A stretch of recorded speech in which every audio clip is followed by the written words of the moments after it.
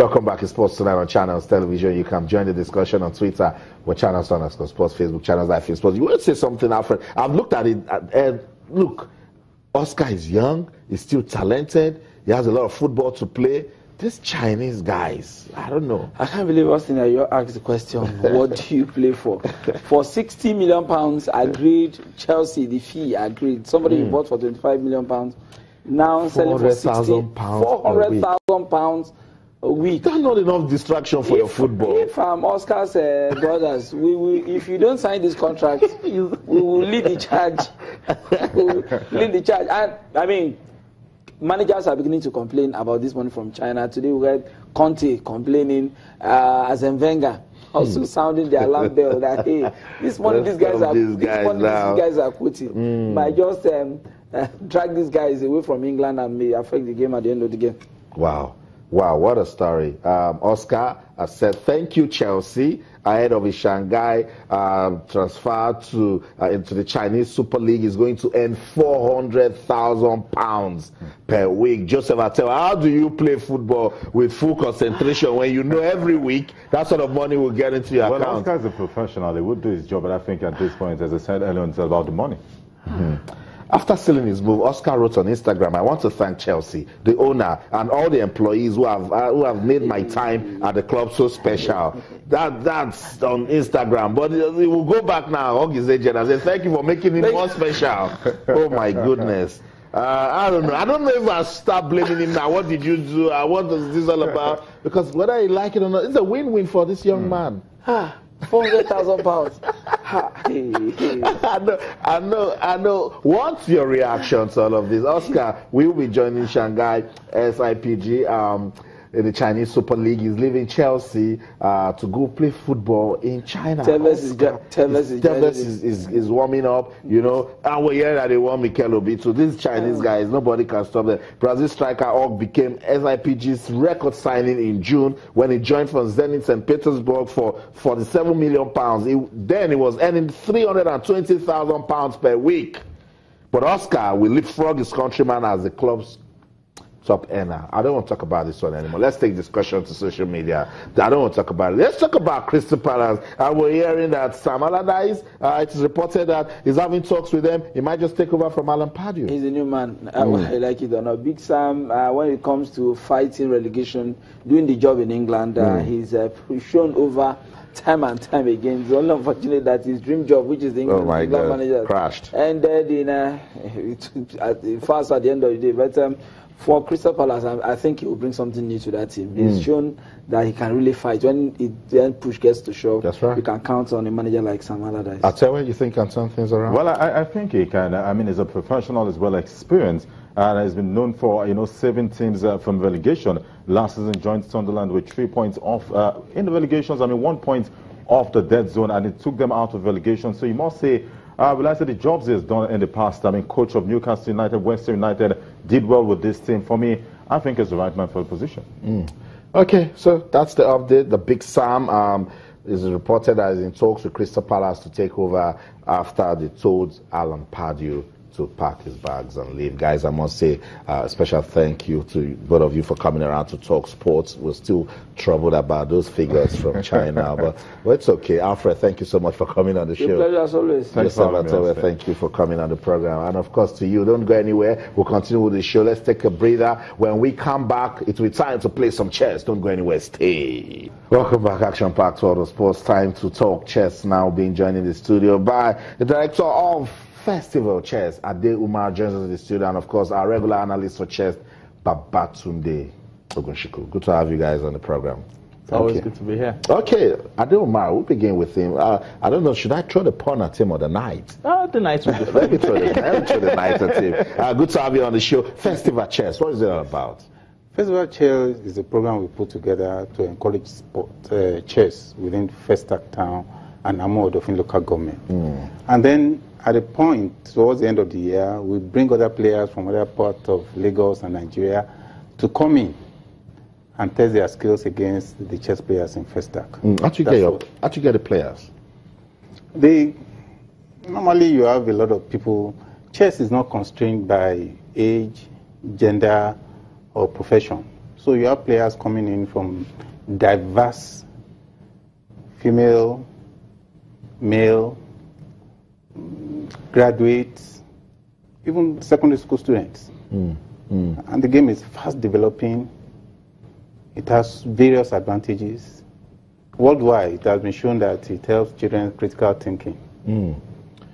And for adults, it helps their decision process. Because you meet this board games, you meet a Scrabble player, it says it's Scrabble that helps the most with intellect, and then you meet a chess player, it says no. Talk to me about some of the advantages of playing chess. Chess is what we refer to as a life. It mirrors life exactly.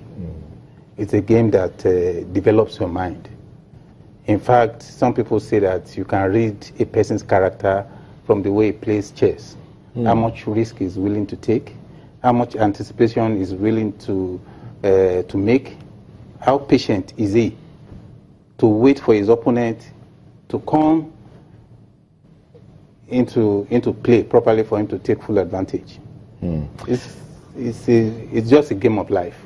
I totally agree with you, because a lot of people that play chess, they will tell you that part of their total well-being and their development is because they play chess. Babatunde, I know you're monitoring the festival chess. What other events are you monitoring? Well, the Maxton Blitz grand finale just concluded over the weekend, and it was very interesting to see that 2 international masters participated in the event, but none of them was able to take home the prize, the grand prize.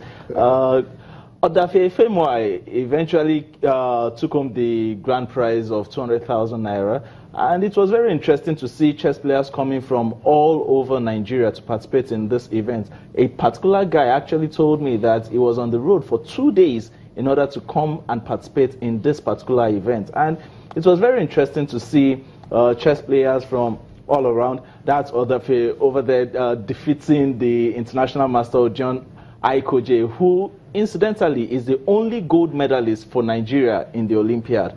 It was very interesting. And at the same time, yeah, the Festival of Chess is coming up, 27th to 30th. He's here to talk about it, and it's going to be interesting because a lot of the categories are going to be rated, FIDE rated, that is, to ensure that players get the best out of this event. And on the African scene, we have several young lads actually picking up titles in the African Schools Individual Championship.